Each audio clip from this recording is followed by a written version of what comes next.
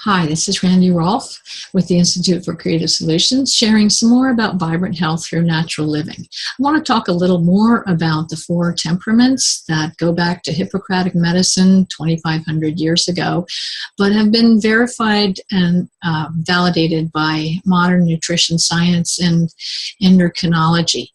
And what happens is that the different glands tend to store fat in different areas. So you can actually, if you have ever been overweight, you can kind of tell which foods are overstimulating your particular glands. Like the sanguines that I talked about the other day tend to put on their weight below the waist, particularly in the butt.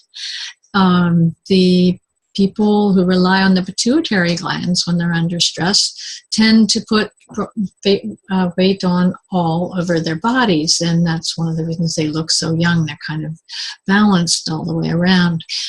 And the melancholics tend to put on more weight in the bust for women and in the upper arms and in the saddlebags. And the cholerics mostly put on weight in the upper body, and that's considered the most dangerous for cardiovascular. Those are also the type A people. So all these things kind of fit together. And so what you want to do is, of course, attain your ideal weight, and the easiest way to do that is to balance through the day the foods you eat so as not to overstimulate your dominant glands and to stimulate the others in a balanced way. So the things that work best for everybody is to have a good quality protein sources 2 or 3 times a day, and to avoid fabricated fractionated, refined foods that will overstimulate any gland, like sugars and the refined carbohydrates like pasta and donuts and bagels and breads stimulate the thyroid gland.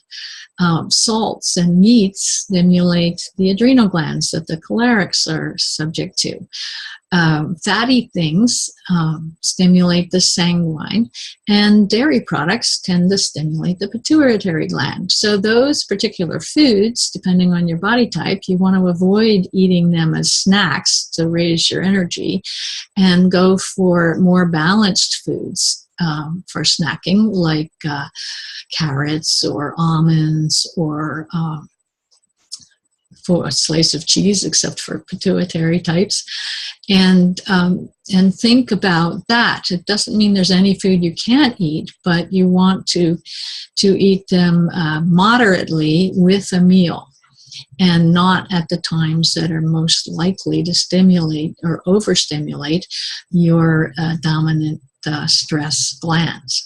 So like smaller breakfast for the cholerics, for sanguine, don't eat too much at night when the sex hormones are more active.